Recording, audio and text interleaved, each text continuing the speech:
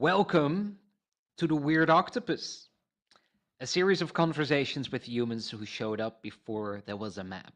I'm Perry, the founder of the Octopus Movement, and I believe nonlinear thinking is not just a way of creating possibilities, it's a way of being in the world. Each week, I speak with several founding members of our human mycelium to explore who they are, why they think differently, and how they're shaping a future that cannot be built in straight lines. Are you ready to meet today's guest? And I'm so happy she's here. Hello, Julie Nord. Julie Jules. We need to talk about that. Julie Jules. I'm so excited you're here. I know it's early. You're in Australia. I'm in the Netherlands. I think it's 6 in the morning for I'm you. California. I mean, sorry, Mississippi. You're in Mississippi. I thought Yeah. you were in Australia. Silly me. You're in Mississippi. Anyway, it's early for you, I think. Welcome to the podcast. And let's dive into question number one immediately. My favorite question to ask. Um, what is the octopus in Julie? What makes you a nonlinear thinker? What's happening? The octopus in Julie is to be able to work at 10 frequencies at once, gathering messages. And once I realized these diverse messages were all the same, that's how I knew I was an octopus. Mm.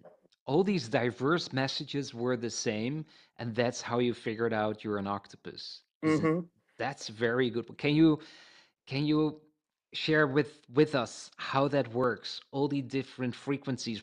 Does that mean you were doing many different things at the same time, or were you having many different thoughts at the same time? What does it mean? So it first meant when I had a great realization and I got excited and I got bombarded by all these other thoughts, all these other connections, all these other random things. And it overwhelmed me. Didn't know what to do. After 5 years of just calming down the thoughts and all this input coming in, I learned that I can focus on a frequency. It's like I can pray in a different location and talk about a different problem. And then I might go to another room a different time um, and pray at a different frequency for that. So I started separating out the frequencies and started solving the problems within the frequencies. And then just as I started, it all started with energy and I could see the energy. And so everything these other frequencies are asking comes down to how their energy is being used.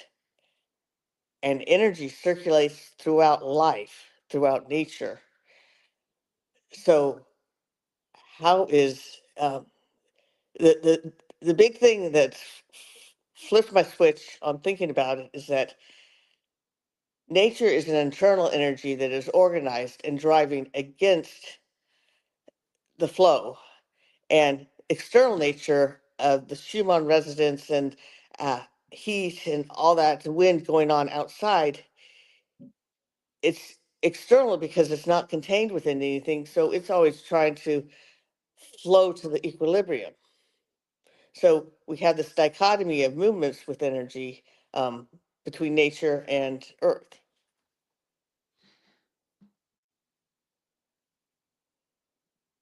I'm thinking about the next question, but I want to dive deeper. You're talking about frequencies and different rooms. What and different frequencies. So does a frequency then is connected to a thought, or is a frequency for you when you go to a frequency in another room, is that an event? Is that something that's happening in your life or a combination? So my water god is outside on the dock. God's all the same, but I have to divide God up into different pieces because I can't think of it all at once. So that's where I think about the cations and ions in the water moving energy around for all the animals and fish and wind blowing water vapor off the top of the water. Um, but then if I go into another room or I go ground, then I'm of course just immersed into the energy underground and the ultraviolet light they see by and the worms and the nematodes. Um, it's like subjects, and these are subjects in my head um, that so I talk to these different thoughts in my head. Like it's like each room is a separate collective conscious. There's the human collective conscious, and nature has its own conscious, and so do the rocks in the ground. So all these are sending information to us, and it just depends if we're on the right. For me, it's getting settled into the right frequency to Hmm. catch it. So when you your outfit is absolutely awesome. Um, is that is that a form of a frequency as well when you say like I'm going to wear this dress today? Um, is that also a form of frequency, or does that support the frequency that you're already in? Does that help? It projects the frequency I want to be. Yeah. Yeah, definitely. So I often wear bright colors, but sometimes I'll wear the dark. Um, and uh, but the frequency I am as a person doesn't change. So No. I'm But this is interesting, Julie. So the frequency of a person doesn't change, but their outfit says something about their frequency or not. Or when you look outside and you see everybody dressed the same here in the Netherlands or in Europe, uh, you know, it's a lot of people dress the same. And I have this book of a photographer and he takes pictures of people all with the same coat all over the place, right? And all the people look the same, and for me when I look in that book as a photographer myself, I love that because the image creates a frequency. Although I know these people are different, yet it all looks the same. So that frequency of look at me, and I'm wearing rings and I'm wearing this, but I'm always in black and I always have black glasses, it says something about my frequency. It is not my frequency and it is my frequency, right? Isn't that fascinating? well, then they maybe have to judge your face on your frequency, which is probably a better judge. But For sure. Yeah. I, I think growing up as a very intelligent, blonde hair, now old lady, um, people read my frequency as a ditzy blonde no matter what. Yeah. And So how that's was that for you, Julie, when you were little? So little Julie, how was it for little Julie? You know, yeah. like 14, 15-year old. How was it for you then when you think back at that time? Um, well, like my intelligence was just there. I don't know. The school I was didn't really reward intelligence, which maybe you shouldn't. I don't know, um, but I didn't belong in the popular group at all. No. Yet I wasn't taken seriously about being intelligent because um, of how I look. I mean, it's just because because like the blonde hair, the um, so. But it also, but then I was a perfectionist too. So anything that I didn't do exactly right, I felt I was a total failure. Hmm. Um, and all that got in the way. I did not have any frequencies at that point in my life, There were just a no few negative frequencies. ones. Yes. and and so you were different. And looking back at your life right now, how would you define your difference? Why? Because I think people are looking at you now and can already tell Julie is different, whatever that may be. hmm Can we discuss that? What is different for you, and what makes you different? Is it, can you label that? Is it your intelligence? Is it something else? How do you see your own difference? Um, it's my curiosity and my don't give up, and I turn everything upside down, inside out, physical or not. Any thought, I just look at it, try to look at it from all sides. Something I keep trying isn't working right. I say, okay, what if I did the opposite? Hmm. And that really opens up a lot more avenues in your mind if you allow yourself. You might not end up with the opposite. You end up with something different, and that's what makes me special. I understand what you're saying, but the sound is it's breaking up. Can you is your internet connection okay? Is everything going well? Can you see that? Um, Because it's a bit it sure looks good on my side. okay. I can try changing positions. Okay, let's.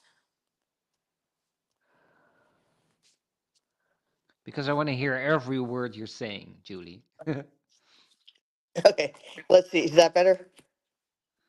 think so. Can you hear me better? I think so. All right. Yeah, So there's yeah, a I think little that's bit of. fine. Oh no, I cannot hear you. No. Okay. Well, I was- You sound really weird now.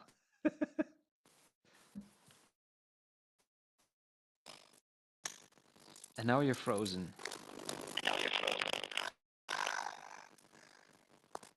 Okay. I will turn the Wi-Fi off and see if that does it help that I turned the Wi-Fi off. Yes, Okay, turn help. you were frozen. Can you say something, Julie? Yeah, I turned the Wi-Fi off to see if that works. But No. uh, Oh dear. okay, let me try the computer.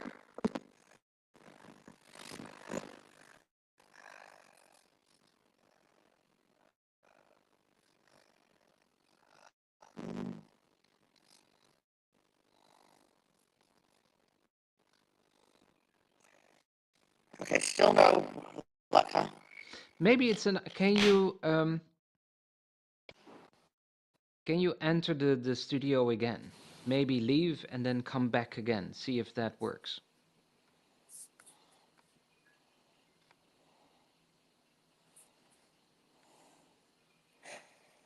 Can you say Okay. something?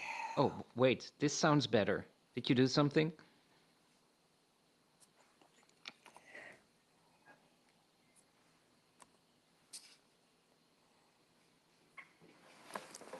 Go outside, see if that works. This sounds better, Julie. Oh no, you're frozen again.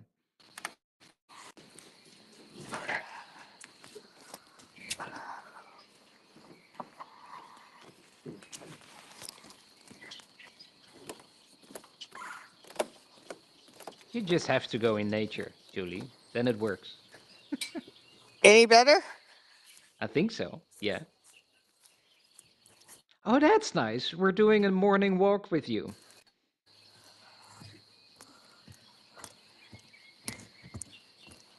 And now it goes off Wi Fi and it's on 4G, I hope.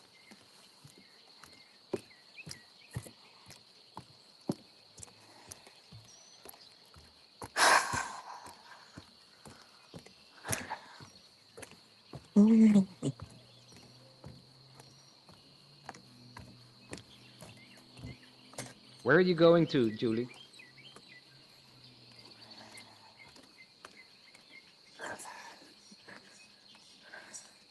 Any better at all? Yeah, the sounds is good, but now I can't see you. So the camera went off.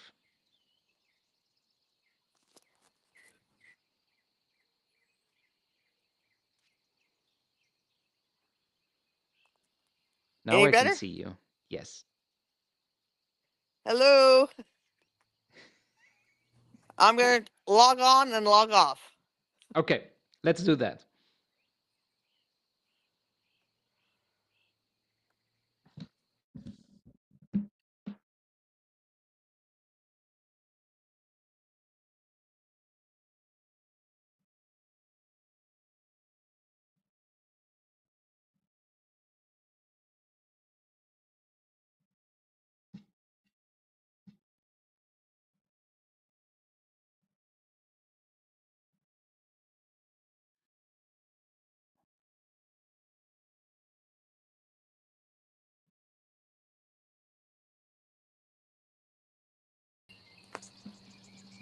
Okay, I tried to log on and log off. Can you hear me? Now Okay, it's awesome. clear. Yay! It's much better, Julie. Wait, I can't hear you. You can't hear me? What's going on? I can't hear you. That is so weird. Okay, I can hear I you. can't hear you at all. Not at So all. if you hear me, I'm going to talk. How's that? All right. So the way I see the world, so we get down into our bodies, and we also have um, different types of energy running in our bodies. And this is what's causing all our internal conflict and possibly the conflict of the world. Because our body itself is a photosynthetic body. It came from the carbon from photosynthesis that formed from anions and cations in the water. Hmm. Our nervous system is our electric body that is run by electricity. And those electricity is running throughout those nerves through long distances, providing information between our photosynthetic body and the rest of our body.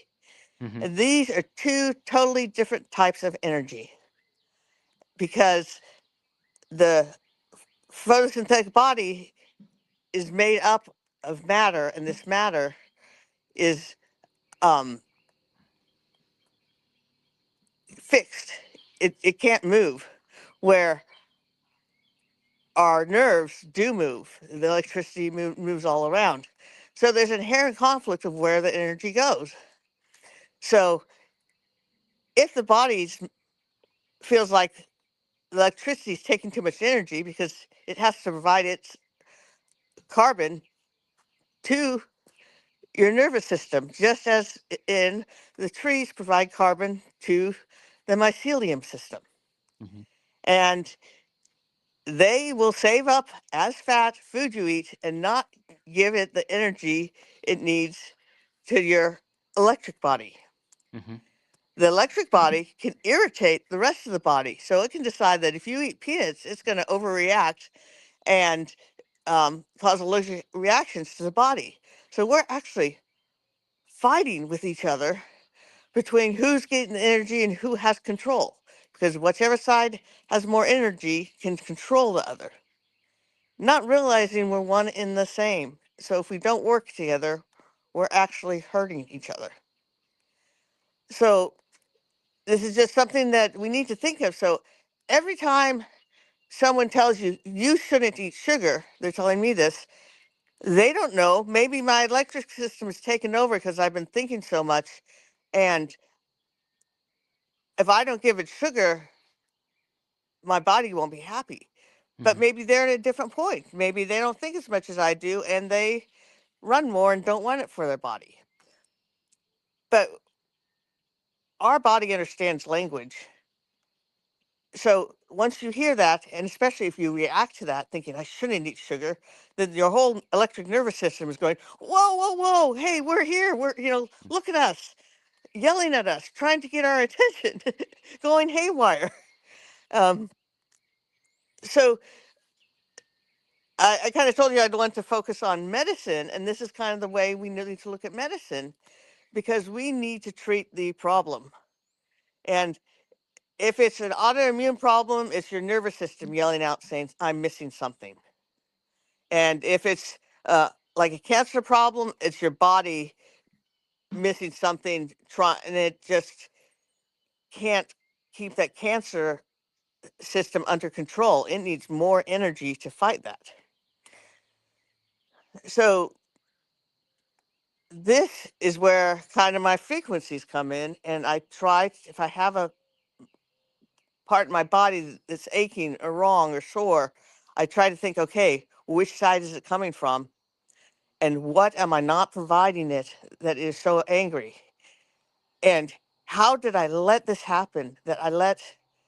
I ignored my body so much for so many years um, when it suddenly has to yell out and make me sick to get me to notice. That's So okay. Hmm. then it's like it comes down to medicine. And medicine, we go into this with, oh, that cost me 10 times my food bill. That doctor just saw me for 3 seconds. How did they know what to prescribe? Oh, just you get this negative attitude before you're even supposed to take this medicine. And this medicine derived from your ancestors, from the shamans and witch doctors praying for a miracle or a cure until they found that plant or till the researcher discovered something that works. This instead is a miracle from God that we have this medicine. Um, so then when you go and you start thinking about it and all the wonderful things, when you take this medicine, it needs to become a ritual of thinking, okay, this pill was designed to go to an exact place in my body to provide the exact thing it needs. And so you can look at it that way as a cure and you just keep taking your medicine. Or you can say, I need to imagine and follow where that medicine goes and feel what it's doing and what it's fixing. So instead of a cure, the medicine becomes a catalyst.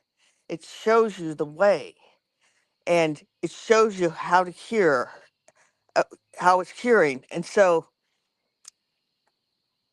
it needs to be, if you have an altar, if you have that place you go with the frequency of your body, start meditating, turning inside, and just think about what it's doing.